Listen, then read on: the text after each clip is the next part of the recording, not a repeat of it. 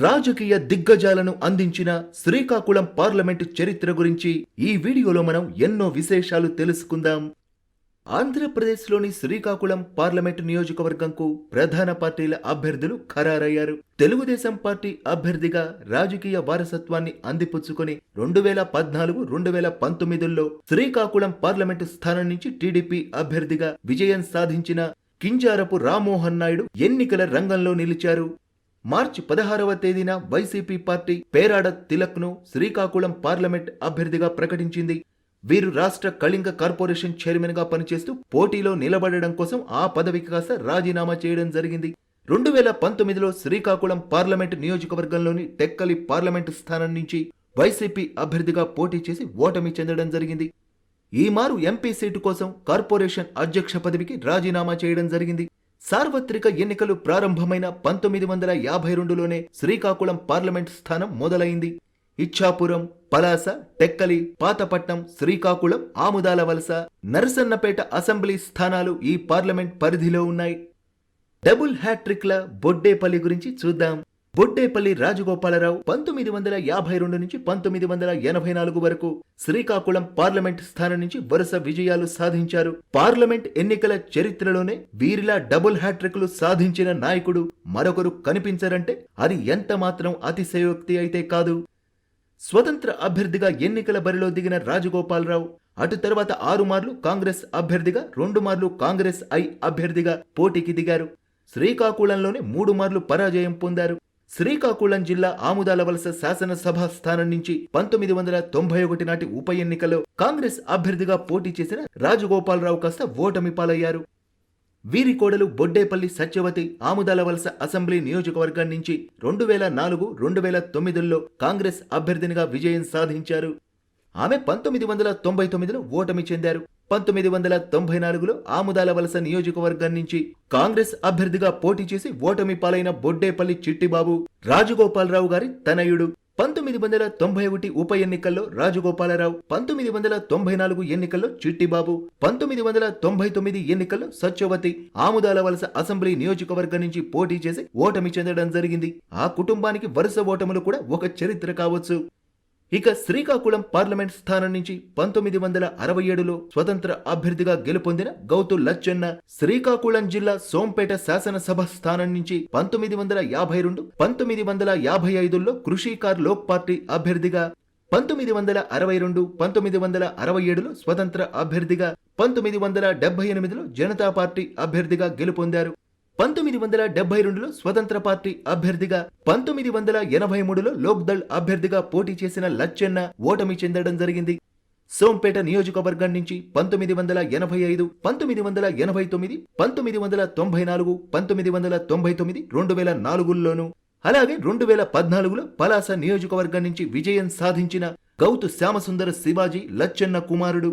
2019లో పలాస నియోజకవర్గం నుంచి టీడీపీ అభ్యర్థిగా పోటీ చేసి ఓటమి పాలైన గౌతు శిరీష శివాజీ కుమార్తె. ఒకేమారు పార్లమెంటుకు, శాసనసభకు పోటీ చేసి 2 చోట్ల విజయం సాధించిన ఘనత గౌతు లచ్చన్నది. 1967 ఉప ఎన్నికల్లో శ్రీకాకుళం పార్లమెంట్ స్థానం నుంచి ఎంపీగా, సోంపేట నియోజకవర్గం నుంచి శాసనసభ సభ్యునిగా లచ్చన్న విజయం సాధించారు. శాసనసభ సభ్యునిగా కొనసాగి పార్లమెంట్ సభ్యత్వానికి రాజీనామా చేయడం జరిగింది. 2009 నాటికి సోంపేట నియోజకవర్గం రద్దయి పలాస నియోజకవర్గంగా కొనసాగుతోంది. ఎన్జీ రంగాగా చరిత్రలో నిలిచిన గోగినేని రంగనాయకులు శ్రీకాకుళం పార్లమెంట్ స్థానానికి 1967లో జరిగిన ఉప ఎన్నికల్లో స్వతంత్ర అభ్యర్థిగా గెలుపొందారు. 4 నియోజకవర్గాల నుంచి ఎంపీగా గెలిచిన చరిత్ర ఎన్జీ రంగాకి దక్కింది. 1957లో కాంగ్రెస్ అభ్యర్థిగా, తెనాలి నియోజకవర్గం నుంచి కాంగ్రెస్ అభ్యర్థిగా గెలిచిన రంగా 1964 నాటి చిత్తూరు ఉప ఎన్నికల్లో స్వతంత్ర అభ్యర్థిగా గెలిచారు. 1980లో గుంటూరు నియోజకవర్గం నుంచి కాంగ్రెస్ అభ్యర్థిగా, 1984, 1989 ఎన్నికల్లో కాంగ్రెస్ అభ్యర్థిగా గెలిచిన రంగా 1971లో శ్రీకాకుళంలో స్వతంత్ర అభ్యర్థిగా, 1991లో గుంటూరులో కాంగ్రెస్ అభ్యర్థిగా ఓటమి చెందారు. ఒక పర్యాయం రాజ్యసభ సభ్యునిగా కూడా ఎన్నికయ్యారు. ఇక్కడి నుంచి 4 మార్లు వరుస విజయాలు సాధించిన, ఒకేమారు గెలిచిన కిల్లి కృపారాణిలు కేంద్ర మంత్రులుగా ఎర్రన్నాయుడు కొనసాగారు. శ్రీకాకుళంకు 18 మార్లు ఎన్నికలు జరిగితే 2019లో టీడీపీ అభ్యర్థిగా గెలిచిన కింజారపు రామ్మోహన్ నాయుడుదే అత్యధిక మెజార్టీ. 2014లో ఆయన 1,27,692 ఓట్ల మెజార్టీ సాధించడం జరిగింది. 2014, 2019లో శ్రీకాకుళం నుంచి గెలుపొందిన కింజరాపు రామ్మోహన్ నాయుడు 1996, 1998, 1999, 2004లో శ్రీకాకుళం నుంచి టీడీపీ అభ్యర్థిగా గెలుపొందిన కింజారపు ఎర్రన్నాయుడు కుమారుడు. ఎర్రన్నాయుడు శ్రీకాకుళం జిల్లాలో 2009 నాటికి రద్దయిన హరిశ్చంద్రపురం శాసనసభ స్థానం నుంచి 1983, 1985లో టీడీపీ అభ్యర్థిగా, 1989లో స్వతంత్ర అభ్యర్థిగా, తిరిగి 1994లో టీడీపీ అభ్యర్థిగా గెలుపొందారు. శాసనసభ సభ్యునిగా కొనసాగుతూనే ఎర్రన్నాయుడు 1996లో శ్రీకాకుళం లోక్సభ స్థానం నుంచి టీడీపీ అభ్యర్థిగా గెలుపొంది శాసనసభ సభ్యత్వానికి కాస్త రాజీనామా చేయడం జరిగింది.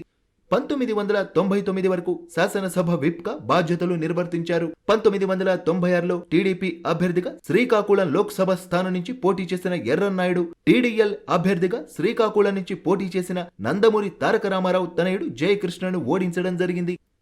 1996లో ఎర్రన్నాయుడు హరిశ్చంద్రపురం శాసనసభ సభ్యత్వానికి రాజీనామా చేసిన అనంతరం జరిగిన ఉప ఎన్నికల్లో ఎర్రన్నాయుడు సోదరుడు అచ్చెన్నాయుడు టీడీపీ అభ్యర్థిగా గెలుపొందారు. 1999, 2004లో హరిశ్చంద్రపురం నుంచి, 2014, 2019లలో టెక్కలి శాసనసభ స్థానం నుంచి అచ్చెన్నాయుడు టీడీపీ అభ్యర్థిగా గెలుపొందారు.